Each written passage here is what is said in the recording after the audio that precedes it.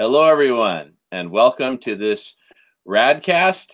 It is Friday, May 18th in the evening, and I'm happy to be joined by Adam, who's in Olympia, Washington. I'm in Seattle, Washington, and Adam is going to lead us on a fascinating conversation about the road to life, and how do we get on the road to life, and how do we move down the road to life. So, Adam, feel free to introduce yourself and take it away. Thanks so much. Welcome, Adam. Thank you, Jamen, and thank you for this opportunity. I'm going to start my own YouTube broadcast, live broadcast, just like you're doing. I'm my understanding, I'm going to work through radish.org to do this, and I think that the collective intelligence is extremely important to the future of mankind, because we've got to figure out how to get out of these situations that we're in. You have top leading scientists, climatologists all over the world are coming up and standing in arms and saying, we're in trouble. I mean, we are in serious trouble.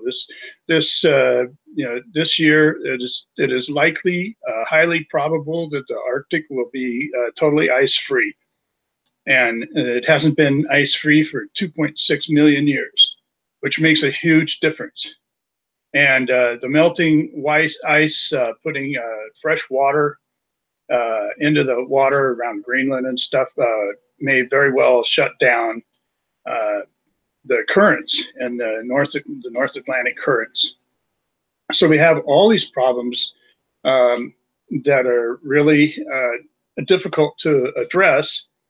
And the first thing that ever comes to our mind, or the first thing we say, is that, how much does it cost? How much is it going to cost? So there's been estimates that, and scientists are actually coming out and saying that we can refreeze the Arctic. And the estimates are like $3.2 trillion. But we need to do this stuff right away. And it's coming. This message is coming out. I mean, people are going to hear it more and more all the time. And as they hear it, everybody's going to be throwing up their arms, going, well, "What do we do?" And it's funny that nobody's really doing anything about it. I mean, the president of Finland came on, had a press interview with Donald Trump in fall last year, and he said if we lose the Arctic, we lose the globe. And he said that's reality.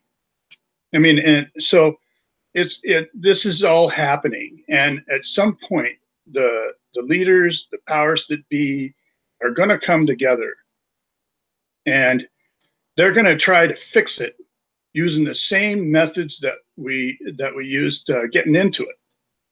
And Albert Einstein said, and I'm not going to quote verbatim, but he said, you can't solve the problems that you created using the same methods that you got into them with. So all these problems that basically all the problems, or nearly all of them that you think of, are the root of them is all money. And so the premise of this broadcast will be that money is a poison, and that it's a poison to mankind. There are brain pathologies that show that money definitely affects the brain. And you think about it. I mean, your everyday life, from paying your rent to your mortgage to to winning a lottery, or it's just it runs the whole gauntlet, and is very stressful. Everybody, this is how we survive. We've built this system of money, and this is how we survive. But it's not natural. It's totally not natural. So when we go and whenever we relate back into history and we compare our way of living today, we always go back to civilized man. We always go back to you know, days when we had totalitarianisms and kingsdoms, and we had, you know, socialism or communism, or, you know, it's always compared to those things, but we never go back and compare to our hunter and gatherer ways. So, am I up on the screen? I thought, do I come up there? Or Yeah, you're on the screen. You're on the screen. Okay, I'm not in the little corner there. Okay, because I usually see myself coming up there, but If you click on the box where you see my image, it's a toggle. I see. Yeah. Okay. So we end up fighting ourselves because money is a poison. So let me get my train of thought back here. But go ahead and ask me a question or something, Jamin, and I'll get back on it here. Yeah, sure. So, so basically, you're attributing money, the poison of money, which is also an addictive substance. People get addicted to possessing money, and they also get addicted to having money come in, to increasing their wealth, their material wealth. I just need to check something really quick here and make sure the email went out. So yeah, now, you know, we always compare. We never compare to the hunter and gatherer way. And you know, anthropologists study our historic past. You know, shows that mankind lived. You know, the first human type of beings showed up about 2.5 million years ago, and the first ape or human being that had the same physical makeup as we have came in about 200,000 years ago. And so, and basically, all those people lived as hunters and gatherers, and you know, to be like us, pretty much like us. That was, you know, they're saying that's like 30 to 50,000 years ago, something like that. But the point is that we lived on the earth without, you know, we were small enough numbers that we lived basically in harmony with the earth. And the thing, the comparison I'm trying to show here is that we had the same. Every generation was the same from one generation to the next. So I mean, so they, you know, the parents knew how to teach their children because they had just experienced the same thing, and they went through generations, you know, many generations like that, and you know, and they perfected their ways, and they didn't really change that much in technology. They didn't change, you know, their populations stayed relatively the same, and then we became civilized, and we started using money. And then what happened? Well, then ever since then, every generation has been different. We're not like the hunters and gatherers anymore. And you know, every generation since we became civilized has experienced. I mean, there might be a couple, you know, anomalies, but generally, every generation has experienced increased population and increased technology. So we don't know how to teach our children. And I'll give you an example. In 1903, the Wright brothers flew the first airplane. In about 1910, roughly around that era, was when automobiles started getting mass produced in the U.S. In 1914, World War I started, and it ended in 1918. So, and by the time it ended, we had battleships, submarines, tanks, cars, jeeps, trucks, motorcycles, PT boats, you know, and airplanes. So this was one generation. Now think about the parents, those babies that were born, you know, in 1890. I mean, the parents of those people. So that by the time, you know, if they were born in 1890, well, by 1910, they're ready to go to war. You know, I mean, they're getting ready to, you know, to go to war. Well, their parents were born in, you know, who knows when they were born, but they were, you know, their generation was in 1890. So they didn't know how to tell. I mean, that's a big change. And every single generation that so that's it, that's the difference. That's a lot of difference there. Yeah, And that every generation life was radically different. And here, let me welcome my Queen Melianor. Hi, Hello, Jamen. hi, Melissa. Welcome. Hi, Adam. Now, hi, Melissa. How are you, Queen Melianor? Fantastic. Good to see you. I'll see you guys tomorrow, huh? Not me. Well, no, just me and Michael will be driving. Okay. Yeah. Anyway, more on that later. So let me give a brief recap to Queen Melianor of where we're at, which is basically talking about money as a poison and as an addictive substance, which is the root of our hypergrowth and our overshoot. Because if you go back to pre-civilization, when all of our ancestors were First Nations people all around the world, living in harmony, in balance with Mother Nature for the most part. This is before modern agriculture and before money. We were just living. We weren't hoarding. We weren't accumulating. We weren't raping Mother Earth. We were just living in harmony with Mother Earth. And that was really the utopia, the Garden of Eden.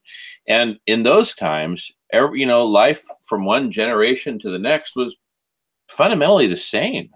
And there were beautiful oral traditions passing on, the wisdom and whatnot, and the culture. But then with civilization, with modern agriculture, which supports civilization, came the use of money, and then along came hoarding, accumulation of wealth, and all the sociopathic tendencies that come along with that. And we've discussed previously this wonderful article. Please remind me to put the link to it in the description of this video, along with the link to the background video that Adam has put together on the road to life. But anyway, that's when we basically became sociopathic.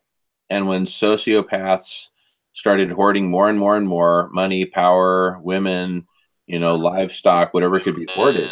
And the modality of life became, for those civilizations, a modality of hoarding and destruction of Mother Earth at increasing rates. And from one generation to the next, you go back to the late 1800s all the way to the present, things have just been, on this exponential tear of new technology, different technology, and increased rape of Mother Earth. It's really that simple. So money is certainly tightly correlated with that. It goes in lockstep with the evolution of technology and the progress of civilization.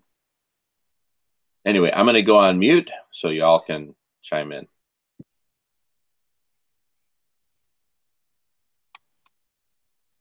Yeah, you got it right, Jamen. You interpreted it really well. So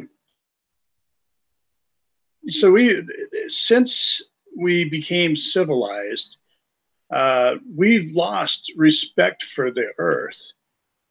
I mean, things have happened.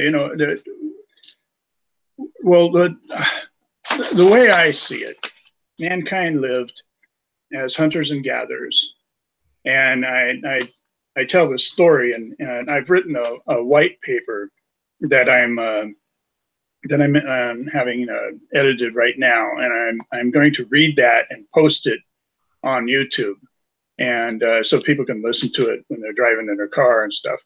And so it explains all this, and there's a bunch of steps. I mean, there's 12 steps that the Road to Life lists, which include like voluntary population control, voluntary workforce, and some different things that mankind steps that we need to take for the road on the road to life, and using money or ending money.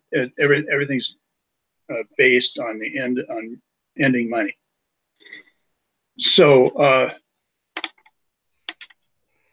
I wish I wasn't doing this, to tell you the truth, because I'm not the one. But I shouldn't be.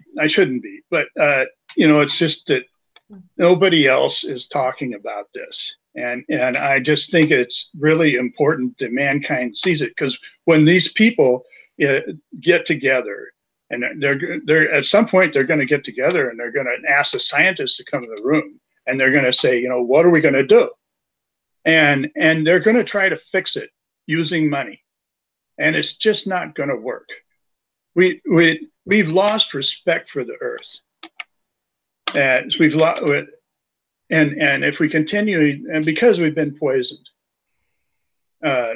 so mankind lived as hunters and gatherers for a long time. And when we lived as hunters and gatherers, we respected the earth, and we lived in reality.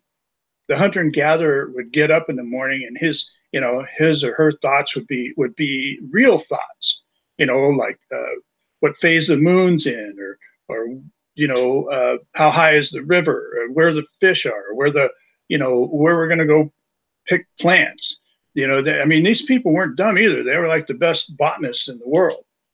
But they respected life, and they hunted and they gathered. They didn't herd and they didn't plant.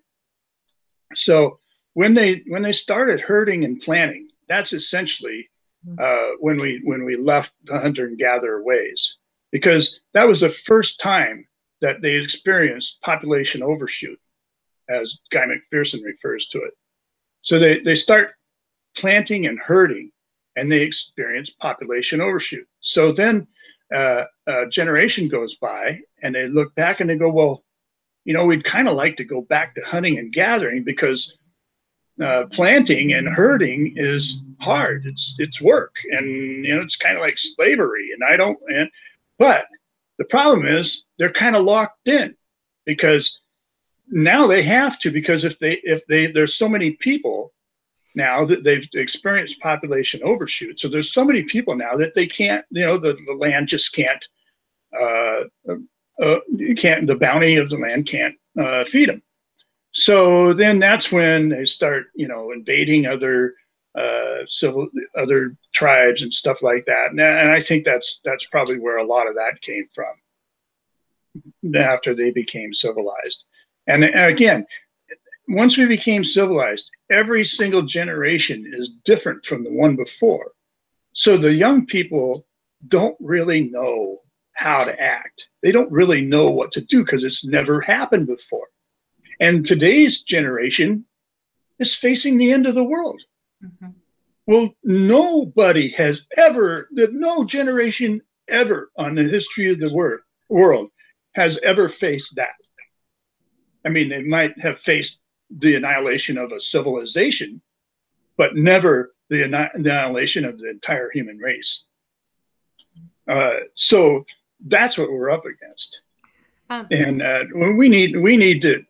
Our most important thing is to do whatever we can to make sure that the young people of today live. That is the most important thing that we need to do. And we need to step up to the plate and start making it happen. And I'm just here. The only reason I'm here is to tell everybody that money is a poison. And I'm seeking help to help prove that. Because ever since we started using money, you think, just pick a problem, pick any one of them, nuclear power. Why do we do it? You go right back down to it. I mean, all you have to do is start unraveling the layers, and it's just money. It's always, the money is always the root. Well, the hunters and gatherers didn't use money. And so I think we should progress in a reverse direction. And that means lightening man's footprint on the earth.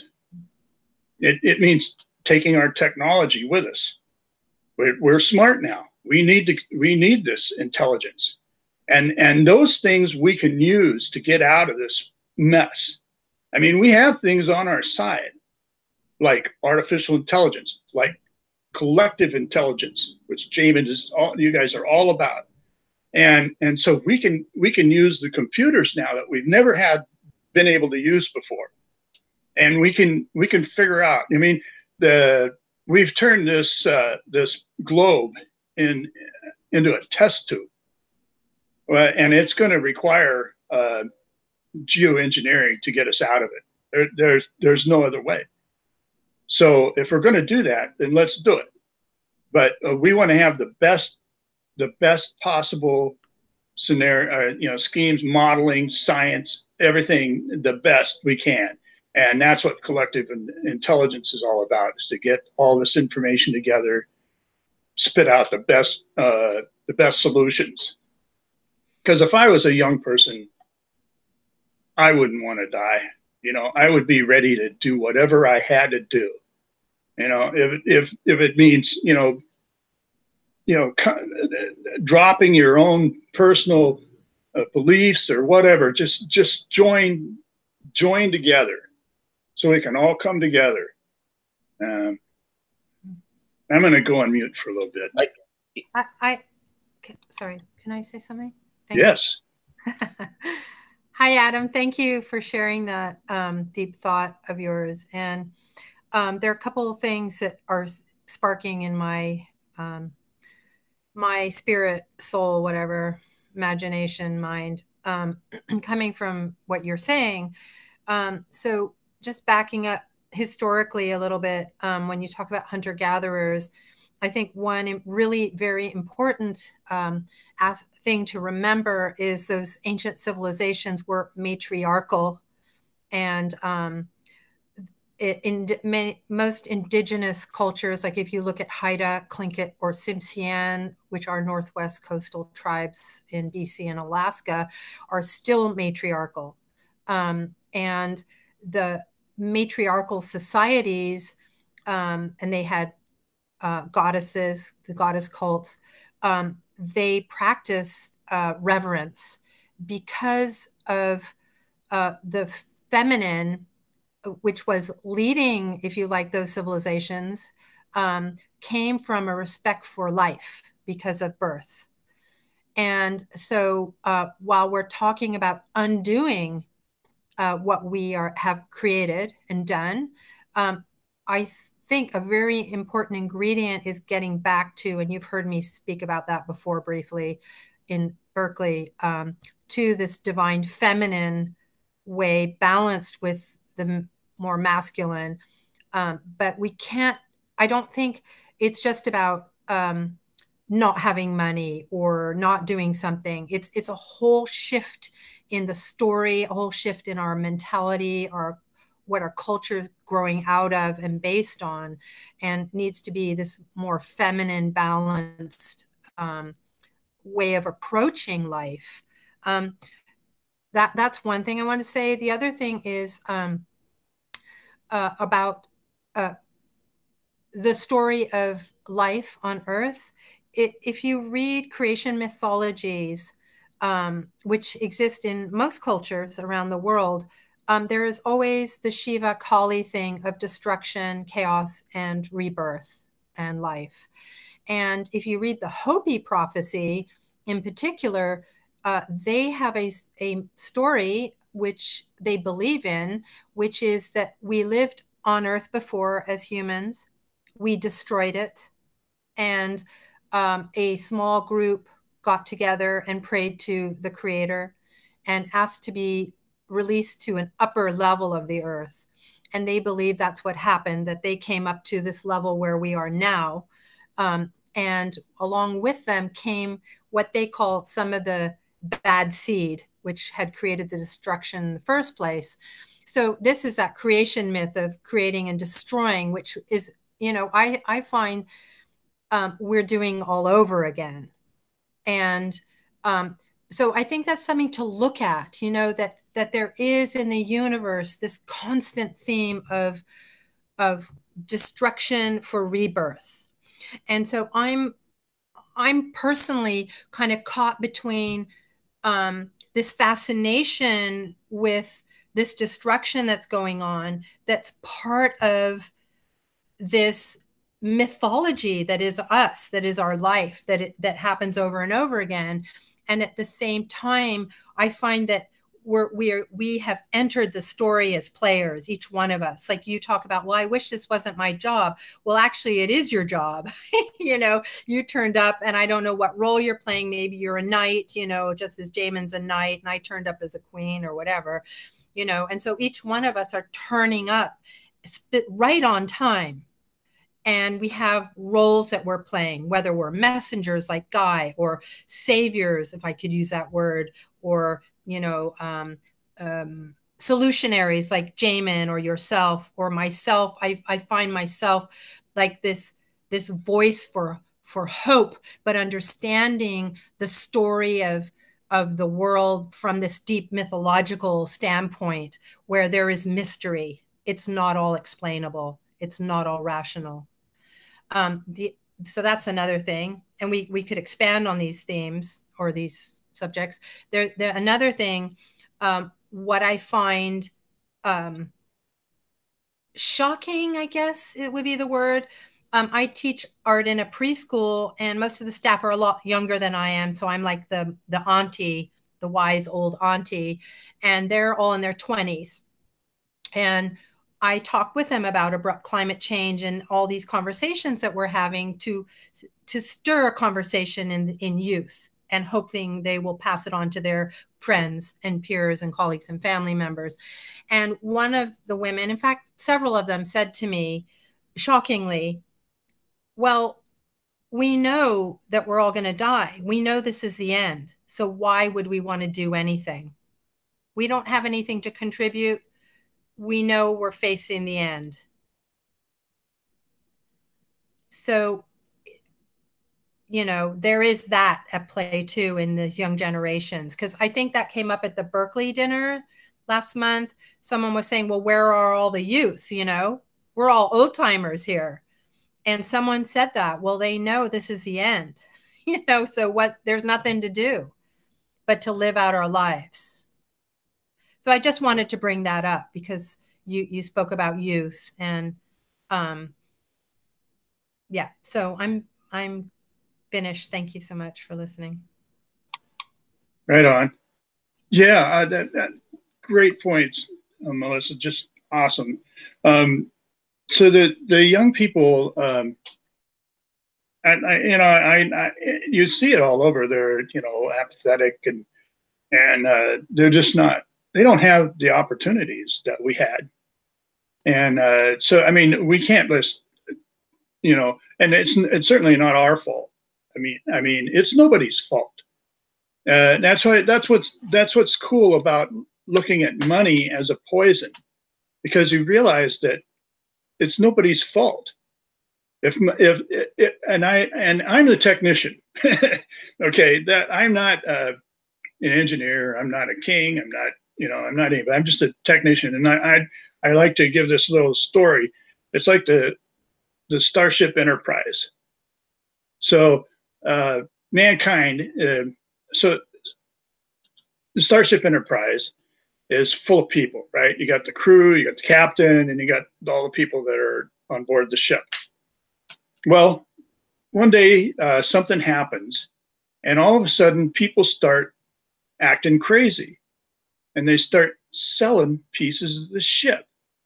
So they start taking apart the the water filtration system, the air filtration system, all these environmental infrastructures. They start taking them apart and selling them to each other and say, oh, this is valuable, and oh, I'm going to get more money. And pretty soon everybody is just into this, and the whole makeup of how everybody thinks changes. And just before the ship is about to just disintegrate from being torn apart, a technician goes down to the galley and does some checking around and figures out that they've been poisoned, that the food's been contaminated and everybody's been eating a poison. So the captain orders the food to be decontaminated, and pretty soon everybody's heads clear up and they're able to think properly. And then they figure out, they go back to the plan, to the emergency procedure plan, and they figure out how to get out of it. But the problem is today, we don't have an emergency plan. We don't have any plan. And so what I'm trying to get out here is that there won't be any plan that'll work as long as we have money, as long as money is in effect. It just makes us, it makes us, I mean, if anybody, can make any money, they're going to do it. If somebody was saying, telling a story the other day, that somebody, if somebody offered somebody, $10 million to do a job, but that job would entail hurting the environment, and it would be very destructive to the environment. And then they said, oh, by the way, we'll pay you $10 million to do this. It'll only take you, a few weeks. Man, if you don't want to do it, that's okay, because somebody else will.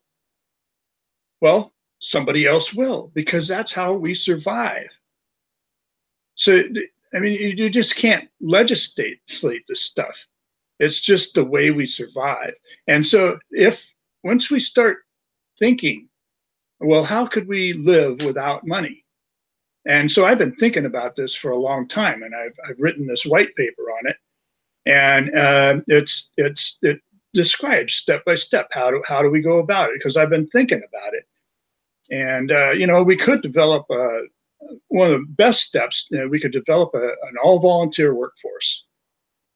And so when I get to talking about this subject on my broadcasts, which I'm not sure exactly. I'm thinking probably Mondays and Fridays from 10 to noon, something like that. But I want to get them started really soon. But I was actually going to broadcast this one tonight, but I have to wait 24 hours. YouTube makes you wait.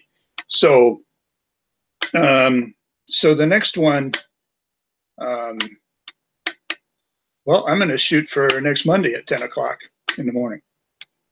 And I'm just going to get on and start, even if I'm all by myself. The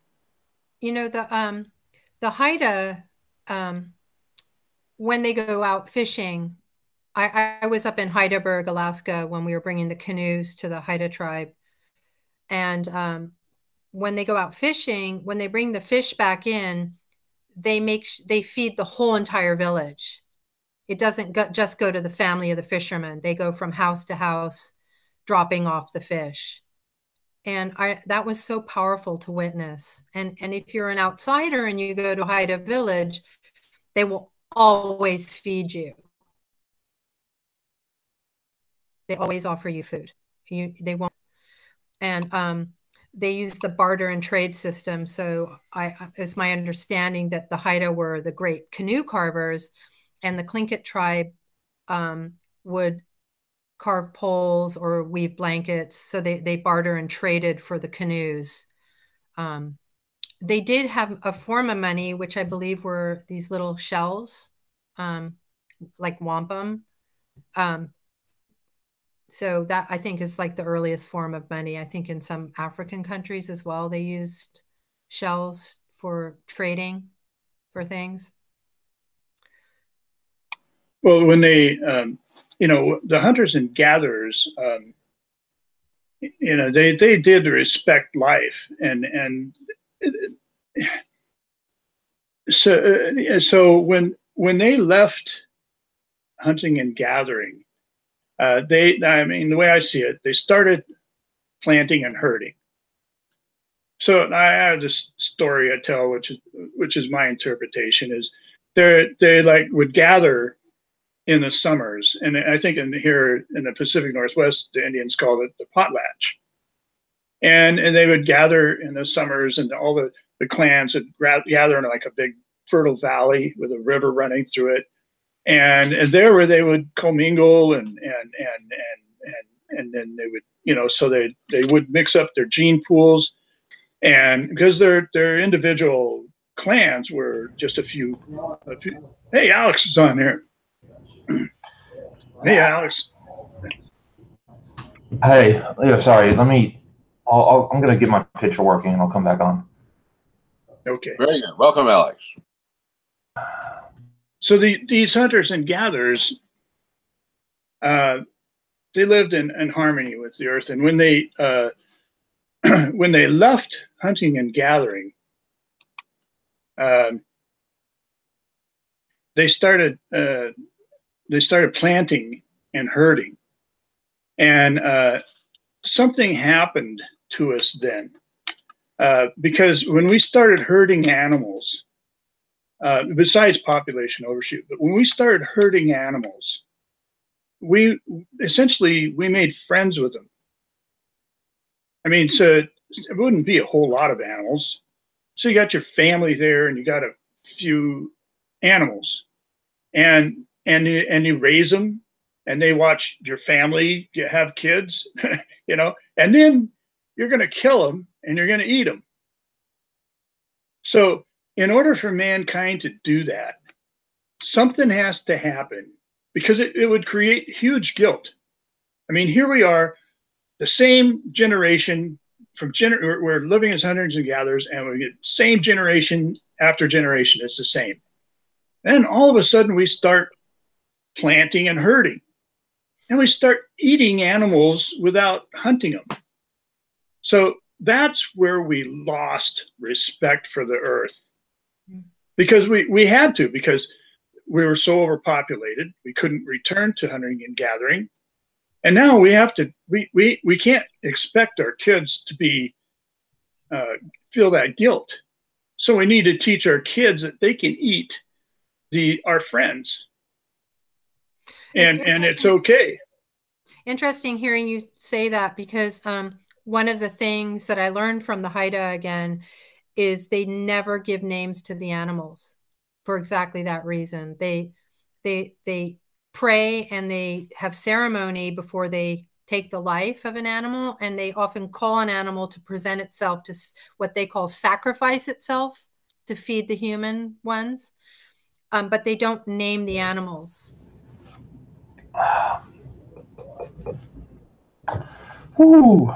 Oh, sorry. Can I ask a question? Absolutely. Welcome, Alex. Go for it. How are you guys doing, by the way? You doing okay, Jamen? Yeah, doing great. I saw your video at Washington State. Very good. It must be hot in the Darth Vader suit. Anyway, anything to save the planet.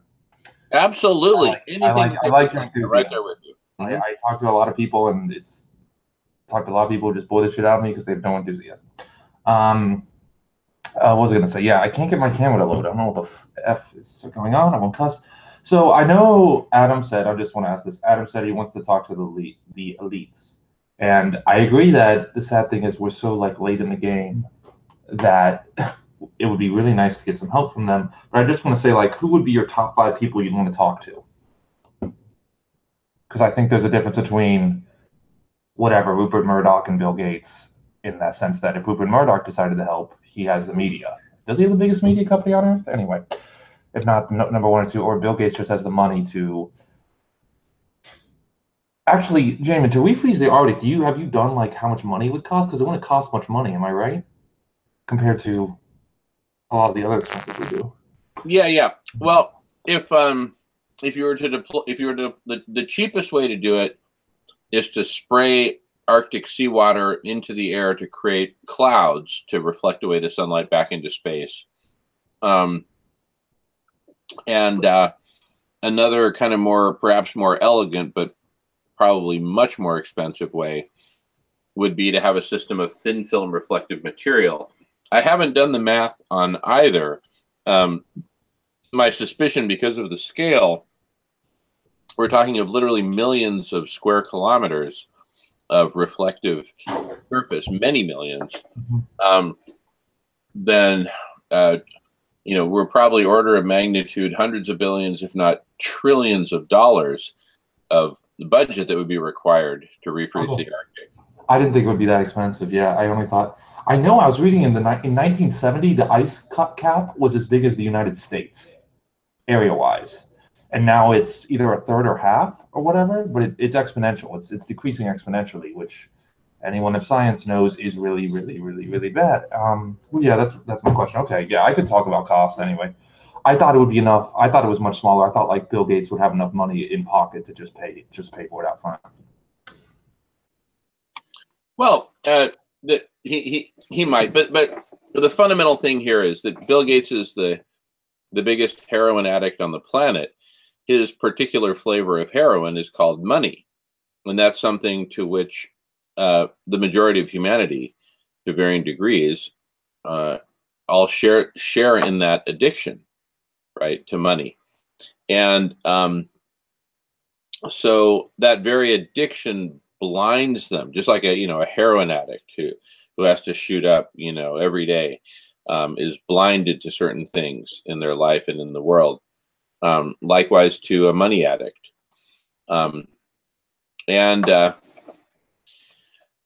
So I think really the fundamental thing that we need to grapple with, I really don't think that we're going to be able to just like sit down and have a lot. I mean, I've literally tried that, not only with Bill Gates but with other of the top executives at Microsoft, and you just see their blinders go right up, right? And the way that you can tell is they'll say, "Oh, that's a big problem," right?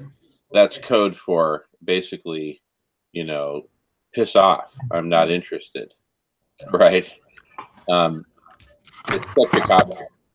And but anyway, I attribute it to their addiction and their attachment to this idea that they've won, that they're the big winners in this game of hoarding, right? It's kind of like if you just won the Super Bowl and you're celebrating and everyone's pouring champagne over your head and everyone else's head, you don't want to hear that football is suddenly illegal and that their Super Bowl victory is being revoked because, football. No, I completely agree. There was this psychological experiment I just read, and I think there's a million that could show this, but they played Monopoly.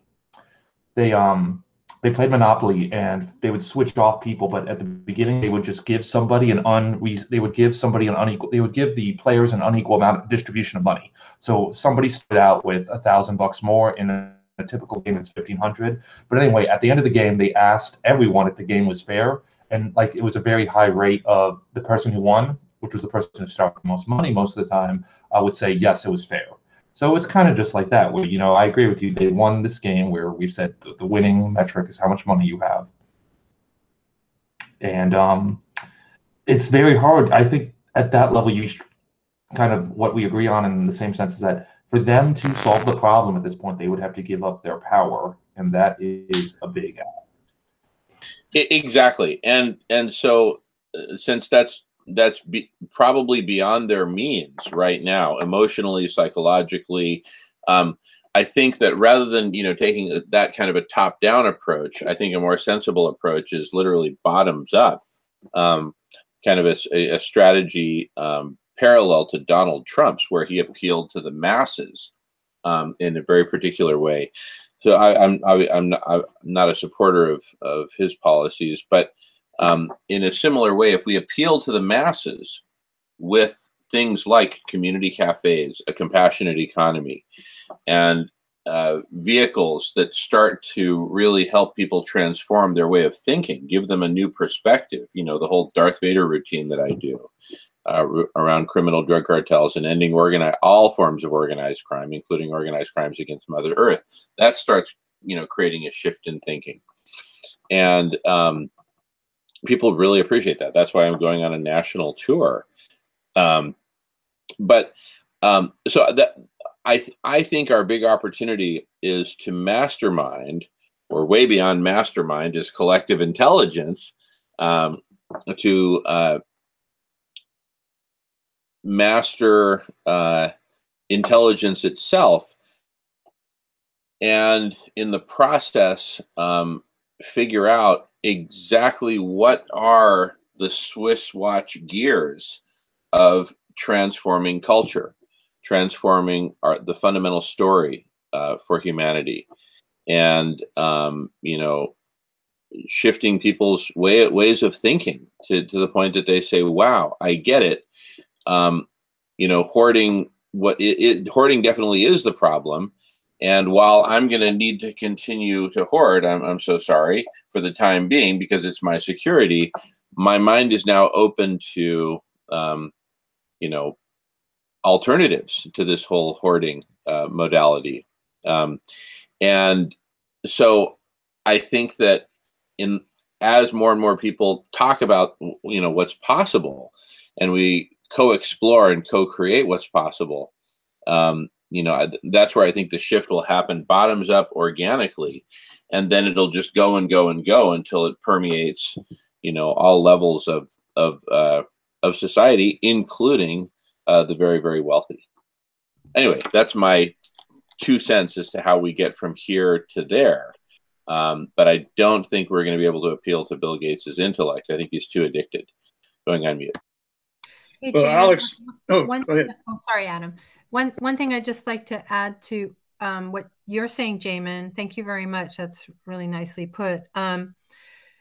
Is I can see the need for much smaller communities, because I think it's much easier to have this sharing, caring sort of culture thriving in a smaller community. I live on an island, and the sense of solidarity here is really strong, and there's a lot of sharing. We have an organic food bank for homeless here.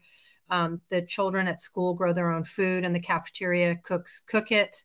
So there's a lot of really great community services here and a community sensibility here, but it's a small population. And so if we could break down the way people are grouped into smaller kind of family, you know, I call it a family, but, you know, small groups where more local government, not these sort of great overseers, these overlords, then I think it could be possible to do what you are talking about. I'm going to go on mute. Well, when you start looking at life and how we would live it without money, then the blinders come off, and we start realizing, it's like I've been doing this for a long time, and I have a section in my white paper called neighborhoodism. And so basically, when we need to reduce mankind's footprint on the earth. So if we establish an all-volunteer workforce, and so we can reduce the work week from 40 hours, I've figured it out, and my calculations say we can reduce it down to at least 15 hours a week, if not less. So, and if we do that, and we change our system of government to be neighborhoods. So we live in a neighborhood, and we have a community kitchen, and we set up everything so it's the most efficient.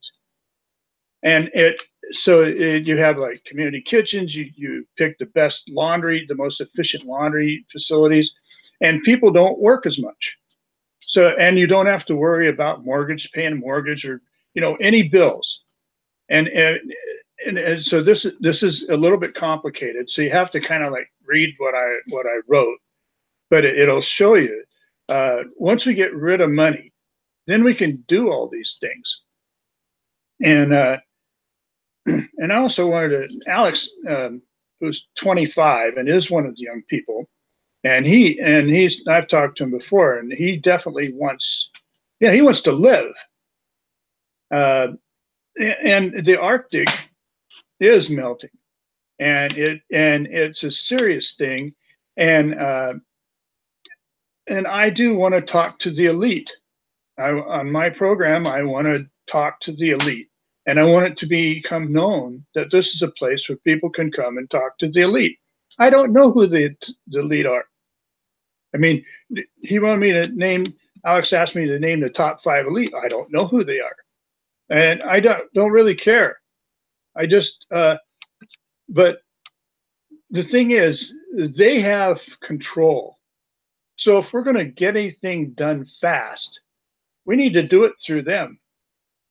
And we're assuming that they won't think ending money is a good idea. That's an assumption.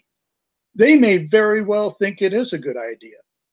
Now they may be afraid of us because, I mean, we outnumber them, 999 to 1 or something like that. I mean, so they're, and if the masses of the human population are going crazy, well, what are they going to do?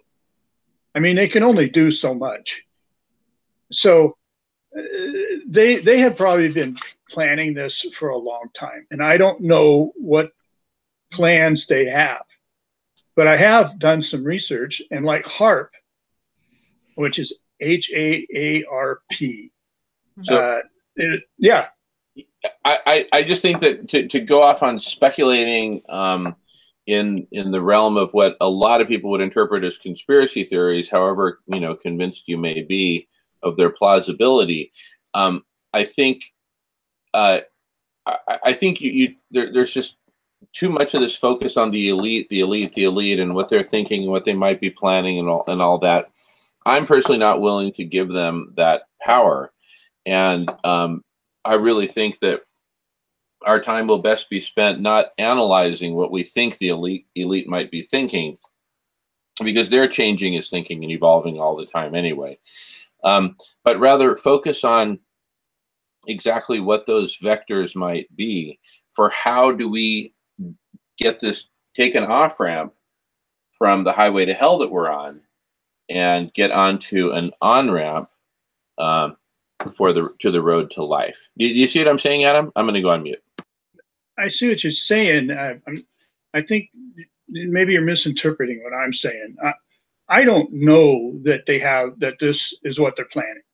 I'm just saying it's likely they have a plan.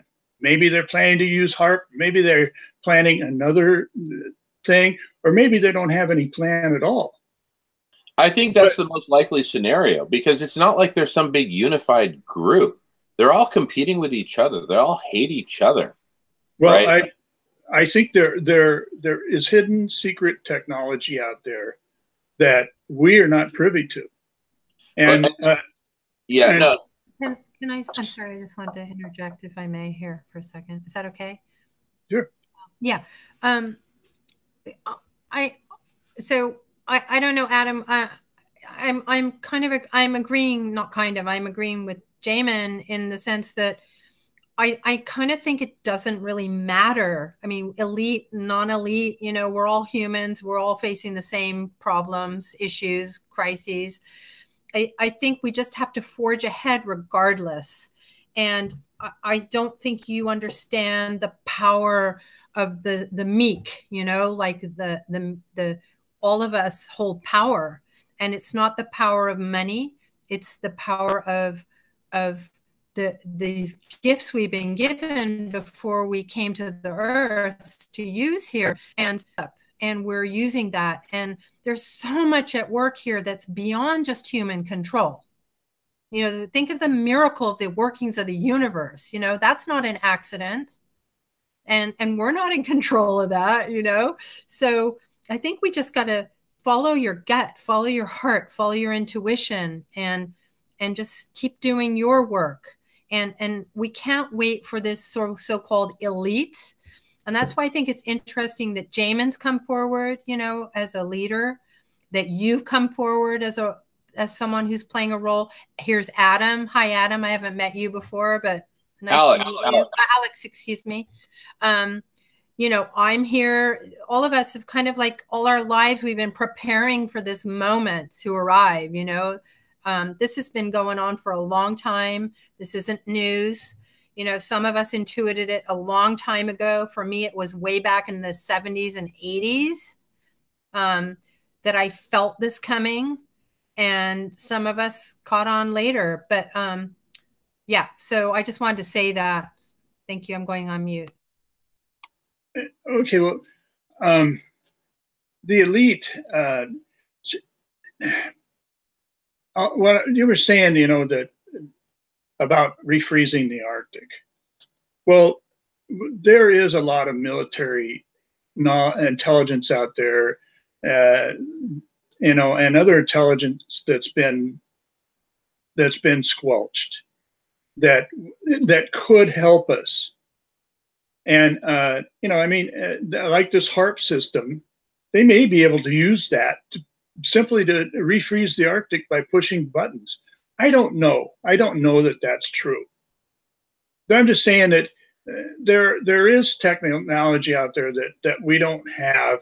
That I mean, we have collective intelligence that's coming on. We have artificial intelligence that's coming on. And we also have hidden intelligence. Like one of the things we need, mankind really needs to help us get out of this, is an endless supply of free, clean energy. Now, so there is technology out there that can give us that, but why isn't it being brought forth? Well, I don't know, but I would guess that it's because somebody's making a lot of money, and that system has gotten in place, and you know, and you can't blame these people. I mean, most people, including me, if I had that opportunity, I'd been taking it too.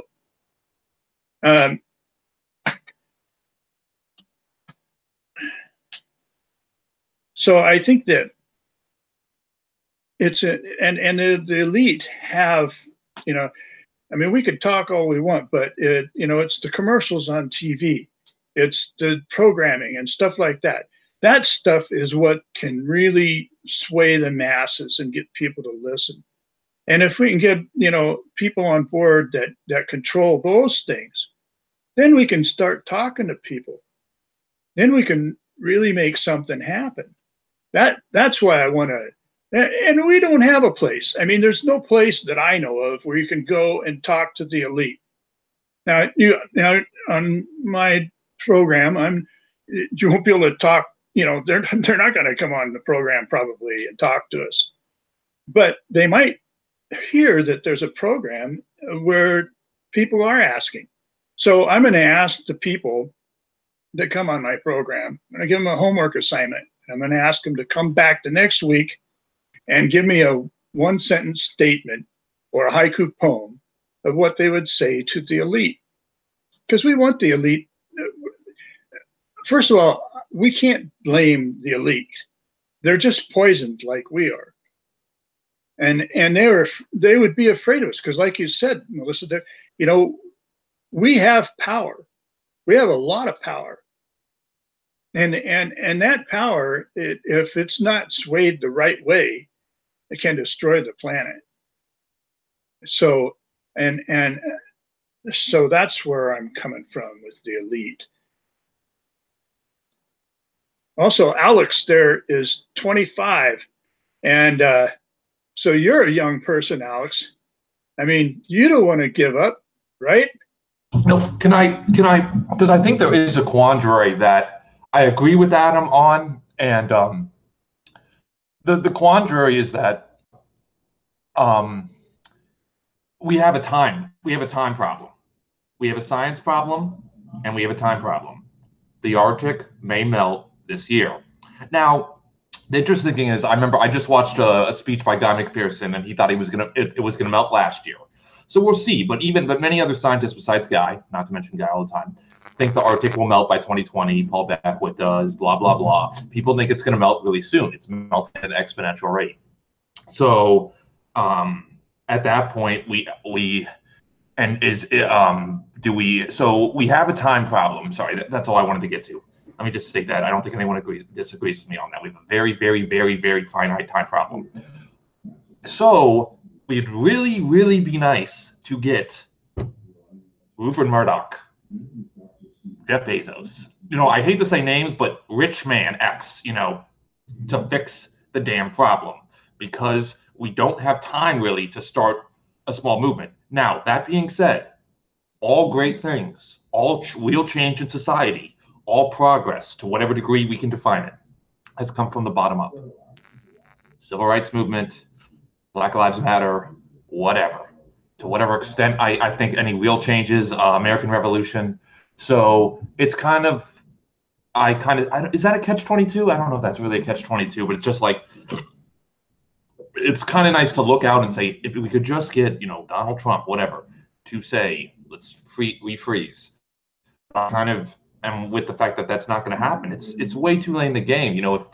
If they wanted to do that, they would have done that a long time ago. But and it's also hard to frame the elite. Like, you tell them they've been poisoned, and I would agree with that, to the fact that no one controls the population. No one said, no one stopped there from being 7 billion people on the planet.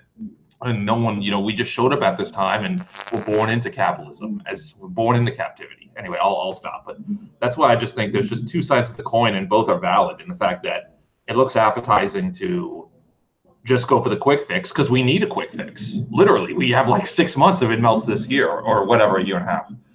Okay, I'm out. Really good stuff, Alex. Really good stuff across the board. As regards, how can we, make this shift happen, including shifting the mindset of the elite themselves. I really believe in my heart that it's a fool's errand to try to convince the elite directly, with logic, with videos, with emails, with any mode of communication. I've tried it myself, having worked directly with Bill Gates and many of the other most senior management at Microsoft. And I have tried reasoning with them precisely along these lines, both the humanitarian and environmental. It's falling on deaf ears. They're the most addicted and the most attached to what they think they've won. And they're simply not willing to give up those high positions. So if that's not the way to go, what is the way to go? Well, look, rather than convincing Rupert Murdoch to air us on his channels, I'm simply going to elbow my way onto his channels and onto every other mass media outlet that has any shred of respectability, because we are going to be big, huge news this year in 2018 by pushing the conversation on criminal drug cartels. And by, inspiring so many states across the nation, including but not limited to Texas, to jump into the fray and take immediate action that will completely eradicate criminal drug cartels of the scale and destruction that we've been seeing in the last several decades. With that and the related messages, don't F with Texas. The wall is a start. Now let's finish the job. Grow some, showing an image of a tree with different, sports, balls, football, basketball, tennis ball hanging from the tree. And then, the caption, grow some, right? So we're basically going to inspire and wake the hell up with fire alarms if we have to. The massive opportunity that we have to put an end to this particular form of organized crime. And if we can do it for that form of organized crime, we can do it for other forms of organized crime, all the way to organized crimes against Mother Earth. You see how there's a logic train there. Click, click, click, click, click. The tumblers go, right? Oh, we can get rid of criminal drug cartels. Well, shoot, we did that back in the 1930s. Gee, how did we do that? Oh yeah, we repealed prohibition. Oh, okay. And, and then replaced prohibition with state by state laws and regulations. The power went back to the states in the early 30s with the repeal of prohibition. And not all states repealed prohibition in their own state in the same way and in the same time frame. And so you had, but that completely obliterated the criminal drug cartels of their day. So the first click is, oh yeah, we can do that. That's possible. What's it going to take? And then we talk about the other models, click, click, click, Holland, Switzerland, Portugal, etc. And then, oh, got it. Okay, wow, there are alternatives that will get rid of the criminal drug cartels. And then if we can do that, other forms of organized crime. But you see, that gets people onto a path of thinking. But we're going to get in front of the media and be able to tell this story, and to be able to tell the story of a different kind of world that we can co-create.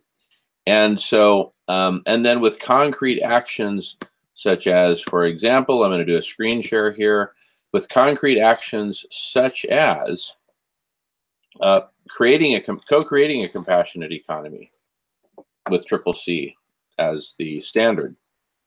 All profits initially go to fund community cafes. We eradicate hunger and we build community. And we stoke a virtuous cycle, which we call the Hungerless Games, where CCC companies fund community cafes and we get more media coverage and the global movement grows, right? This can all happen very quickly. And the very first CCC company is that led by my brother, Takuya Sato, who heads Sato Hemp. And he leads the hemp industry in Japan, and has his family, the Sato family, has the longest legacy of hemp in the world. Takuya Sato is the Hemperor of Japan. So the Hemperor of Japan is leading CCC, the pioneering and implementation of CCC, to fund community cafes, the end of hunger, the Hungerless Games. This is golden stuff, right? It just needs to get out there. And we're in the process of getting it out there. So through all these mechanisms where we just essentially take direct action in the community, whether it's at the US-Mexican border, dressed as Darth Vader, singing Spanish love songs after dark, serenading the entire country of Mexico, and they will listen. They love to be serenaded in Mexico. I lived there for 5 years. Believe me, if there's one thing they love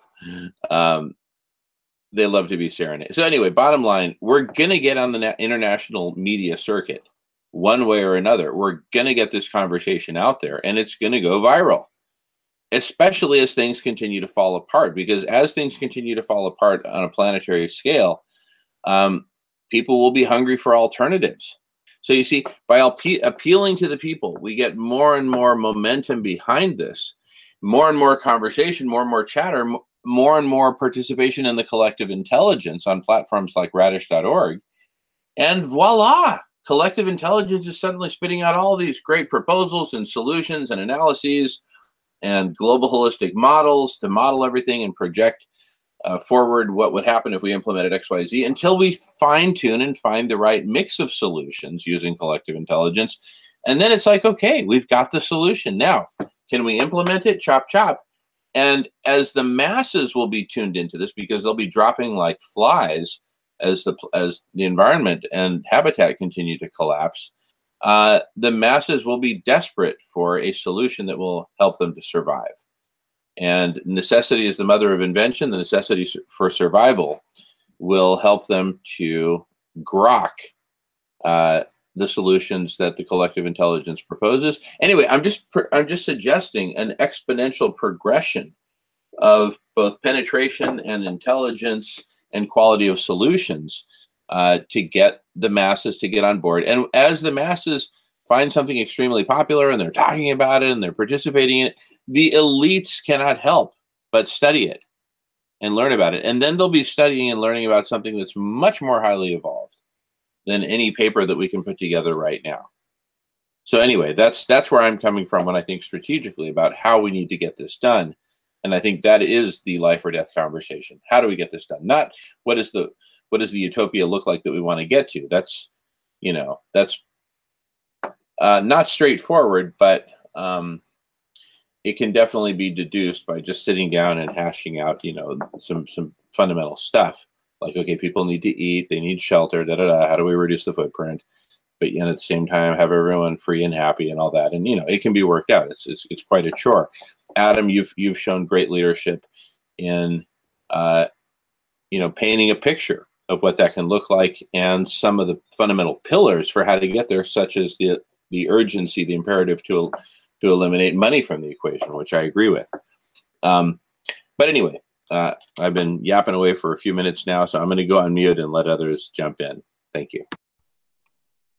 Well, yeah, thanks, Jamen. Yeah. I just wanted to add to that this really nice, I'm sure you guys know this quote, "An idea whose time has come is met with a success unknown in common hours." And a lot of it's in the timing. And it's not just our timing again. I'm going to keep repeating this message. And we're creeping up to that time of launch, I feel intuitively. And recently, Jamen was on the Whidbey Island ferry dock, dressed as Darth Vader, singing with his signs. And I just found out tonight that the whole island is talking about, have you seen Darth Vader? Who was that guy who was singing on the ferry dock? And I think that's a really great example of this momentum that can be started by even just one person turning up. And I really see that every time we turn up, there's this thing about repetition, repetition, repetition. It's creating a movement. It's creating waves that are going to influence. And it's just going to keep us constantly talking, turning up, being in public. Yeah, I'm going to go on mute. Thank you. This is why I want to do this show. I've got my path and you've got yours, and they both are on the same, have the same goals. So I have to go about it the way I'm kind of thinking, so I think Alex is right. We don't have time to mess around.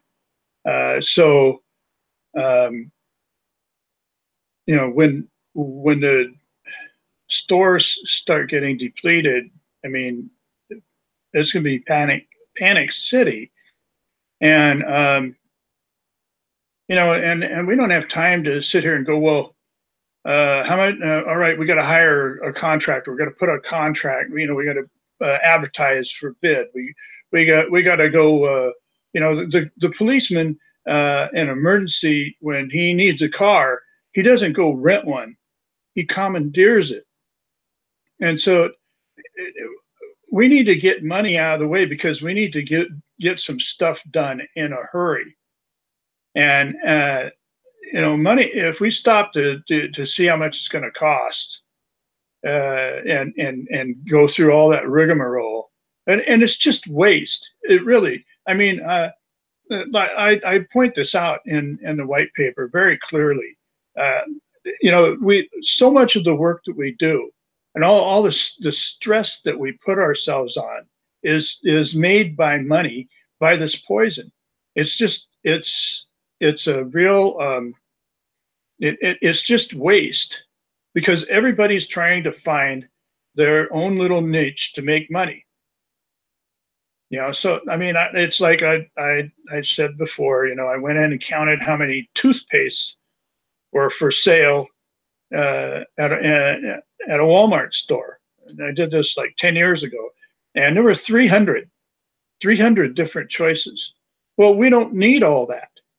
And when it comes down to saving the earth, I definitely don't need all that. And I think, for our children and stuff, we need to look at living life differently. And that means, you know, what do we have to do to lighten our footprint? Well, I'm just saying that if we eliminate money and develop an all-volunteer workforce, we can reduce the traffic on the highways. You know, I don't know, I have an exact guess, but I would guess probably 70 or 80% immediate, almost overnight.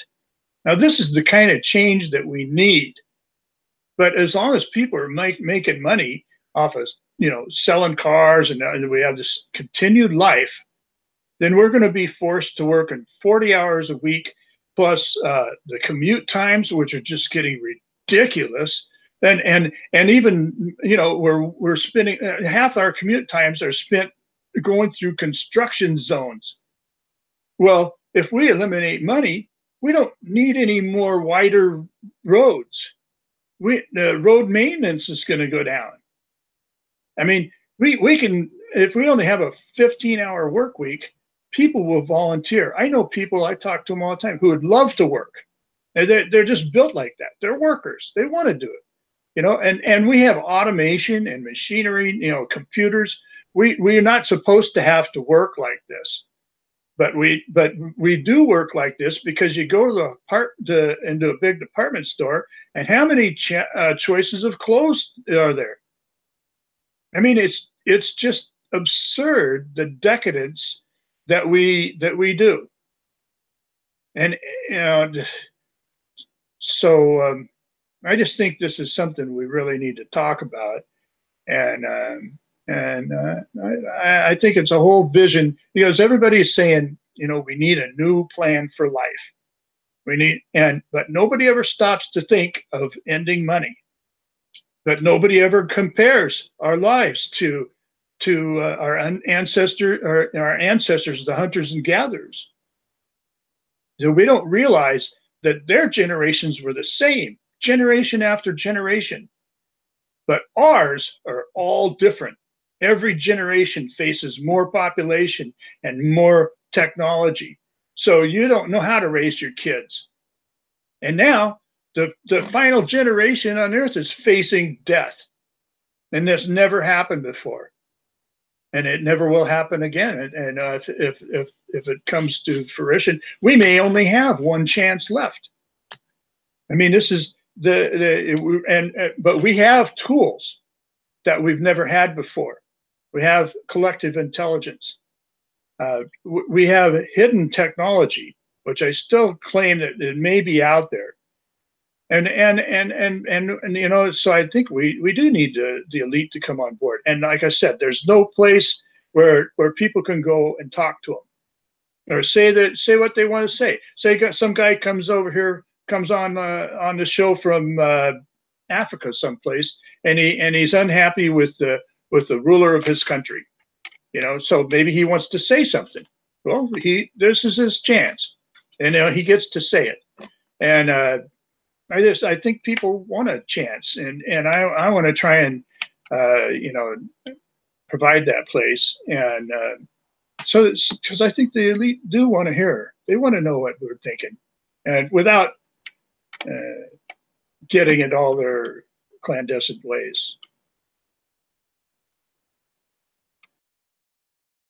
No, I think the big difference between, I guess, Adam and Jamin's view is that I don't know Jamin's story, but Jamin has sat in a room and I guess looked at Bill Gates and just heard him not respond the way he think he would respond, like a rational person who would want to save the planet with all his connections.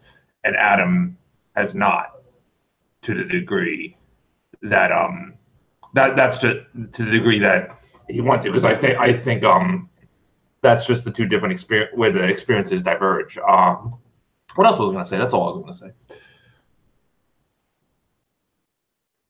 Yeah, and from my perspective, you know, Adam, I totally agree with you on every single thing you say about money being a poison and how much better the world could be and would be and will be when we get rid of money. Totally agree 100%. And I believe that, you know, any, you know, sufficiently intelligent person who sits down and listens to your logic, 99% of them will come to the same conclusion. the 1% who wouldn't are the wealthiest 1% who are the most addicted to hoarding and to their position on the pecking order of, you know, the whole net worth scale. And that, because that's how the modern global economy values a human being. What's their net worth, right? Everybody knows what that means. There's no ambiguity. Okay. Yeah, but are they going to keep saying that when, you know, when the final days are here? When the final days are here, they're going to go to their deep underground bunkers where they have centuries of food hoarded, and all kinds of luxuries and space and whatever. So they're not going to go down with the ship. They're going to go down into their bunkers, and right. They're sociopaths. So they have a plan. They don't have they have a plan to go into their bunker in New Zealand. That's their plan, right? Yeah, it's not a very good one though. Oh my goodness, yeah, that's what I'm saying, Adam. I totally agree, right, with everything you say. Except the one thing I disagree with is the facility with which we're going to convince the elite of anything. Okay, their minds are already made up on pretty much everything. They spend most of their waking hours absorbing massive amounts of information. So, and there's there's lots of people trying to talk to the elite. It's not like that's an open, you know, category, and if we just step into it, then suddenly the elites are going to start listening. And even if they did listen, they would tune out almost immediately. So I really think that a much more viable pathway is to actually show the world the transformation we want to make, not with words and papers, but with actual actions, like building and operating community cafes. When we, at this first community cafe in Rosamond, California in 2015, we fed an entire community. The people there were saying, "Es un milagro." This is a miracle, right? This shifts people's thinking, and not just, and it shifts everyone's thinking when they see it, when they experience it, when they hear about it, when they read about it. So this is the kind of thing, along with Triple C and the Hungerless Games and courageous pioneering brands like Sato Hemp and the Hemperor of Japan. These are the things that make news, and Darth Vader and the whole anti-criminal drug cartel campaign. This is stuff that gets people's attention and starts shifting people's thinking, including the elites. You want to get the attention of the elites? Don't do it with a white paper. Do it with action and with media. And that's what we're gunning for this summer with the whole anti-organized crime campaign. Going on mute. I'm all for you doing this, Jamen, and it's, you know, and I hope you are successful and you are able to draw a lot of attention. And but I'm trying to get the word out that money is a poison, and I'm trying to, you know, so I'm doing it for my own approach here, and I see that I don't know the elite, but I know that they have a lot of power, and so if they're going to go underground, you know, that's not a very good plan. So maybe they don't, you know, maybe they would listen to another plan if it was a viable plan. Now, a lot of people say that, well, we can't end money, but that's not true. But we don't have any plans out there to show us what life would be like without money. And so I put a plan together, and it is viable, and it's actually produces a much better life for everybody, and it stops us from destroying the planet anymore. And I think that, you know, it's anyway. I'm going to bring. I'm going to have a place where people can talk to the elite a little bit, but that's not the main focus at all of the program. It's just going to be to, you know, I'm going to try to get people to listen to the Road to Life white paper, which I'm going to read and put on YouTube so that people can listen to it while they're in their car driving or doing whatever they do. And then we can discuss it. And just like you're doing here with your radical collective intelligence, and people will come, and eventually it'll hit critical mass. And that's what I'm going on, because this is what I can do. This is all I can do, pretty much. I'm grateful for your help, and I'm grateful for having the internet and being able to reach out and even come up with this thought that nobody. It just surprises me that nobody ever considers ending money. And if money is a poison, which it definitely, all the symptoms.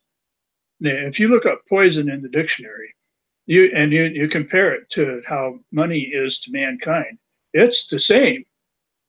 And so if all of our minds are just clouded and polluted and thinking different because we're under this poison, then if we get out from under it, our minds will clear and we'll figure out how to get out of this. And that's where I have hope. And I just cannot not have hope. I can't give up. I'm still alive. I'm still breathing.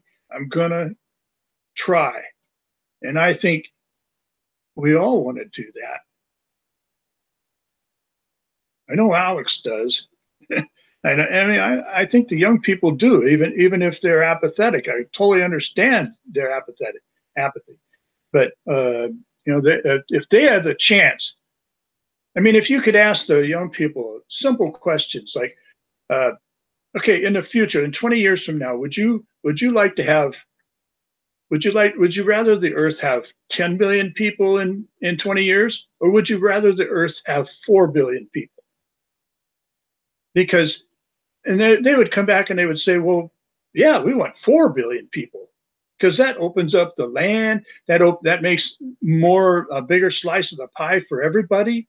That means it's way better. It's obviously better.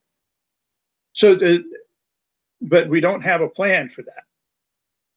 And in the meantime, these companies that make money off of enticing the hormones of young ladies, so with their baby commercials, baby shows, so in the meantime, they're just seducing people to have more babies when that's not what we want to do right now. So we don't have a plan. We're all just running around in different directions because we're poisoned. And that's essentially where I'm coming from. Yeah, each one of us, each one of you has a role that you're playing, and I think it all fits into this new story. So Adam, thank you, for spearheading this work, against capitalism and money.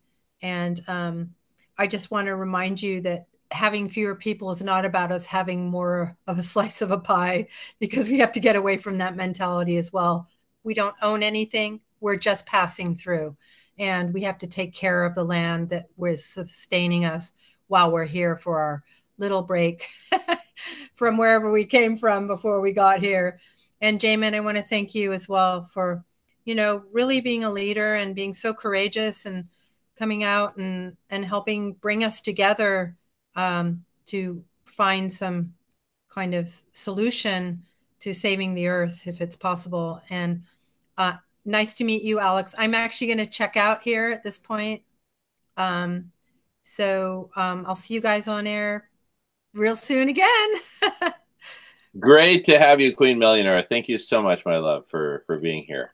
Thank you. Thank you. See you later. Thank you. Bye, guys. All righty. Well, I propose we give the microphone to Alex, and Alex, and I think we're getting close to a good closing point. So I'd love to let Alex go off for whatever you'd like to say. Wait. Okay. So, no, Jamin. So I said last time I talked, I said the differences between you two. I'll say the similarities. One thing. So I've been involved in some left political organizations, even though this issue isn't political. But the similarity is that a lot of times they talk about ending capitalism, right? And something I see a huge problem in just the organizations I've been a part of is that nobody knows what comes after capitalism. You know, Adams talked about whatever 2-hour 4-hour work week. I'm with a 0-hour work week. That's my favorite work week. But nobody knows. I don't think people just have no imagination of what it means to live in a post-capitalist society. Like literally, no one's like, oh, you mean the robot just does everything? Oh, you mean we benefit from each other? We benefit from communities? Because all we know is the viciousness of this system. And so that's why I think you guys align in just teaching people, what a society could be like beyond capitalism. What do you call it? The CCC, the caring corporations? I forgot what that slide you showed me was. But Triple C, Certified Compassionate Companies. There you go. Certified. So no. And yeah, so I just think, because like I was in groups of people who wanted to end capitalism, and like they cared about it. They called it, they were socialists, whatever. But they had no idea, and I actually read about it. And when I read Adam's guide, it reminded me a lot of the Zeitgeist movement, because they're one of the, I think it's the biggest group, which they really do outline what they do, call for ending money, and they call for universal basic income and then ending money. But they really do outline a lot of Adam's ideas, and the fact that we've invented all this technology, a lot of it through our tax dollars, which never gets really talked about. A lot of the tech billionaires really just privatized our tax dollars because we invented the internet through DARPA and TCP/IP and such. But yeah, so I think like people are just so stuck in the grind, and I think this gets mentioned almost every time someone talks, that people don't even know what it's like not to have an 8-to-5 job. You watch TV. What does Homer Simpson have? Homer Simpson has a job he hates. Peter Griffin has a job he hates. You get it. That's it for me. And I think that's the sad thing, is people just have no imagination, because this whole system just steals your imagination from you.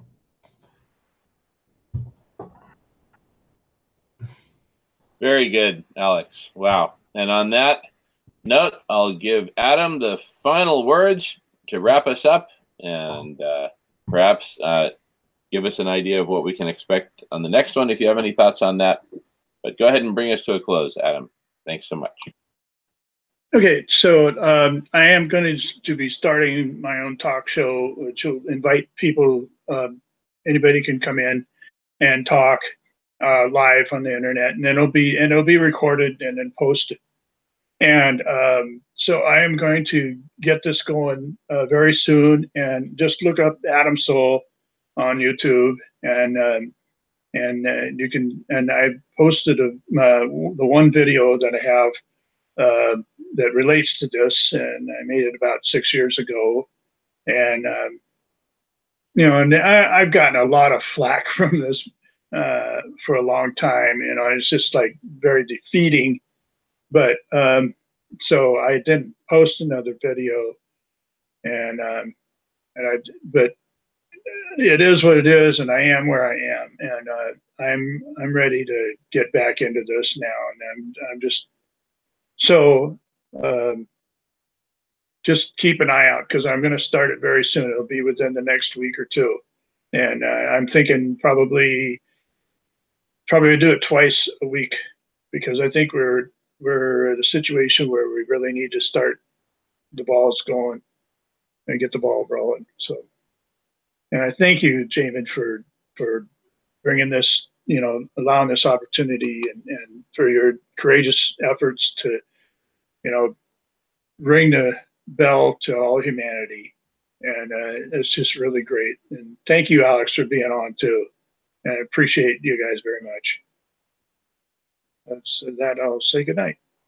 All right. Great to see everyone. Great to see Queen Mellinor. Thanks to you all. Have a great night, gentlemen, and we'll see you next time. Thank you.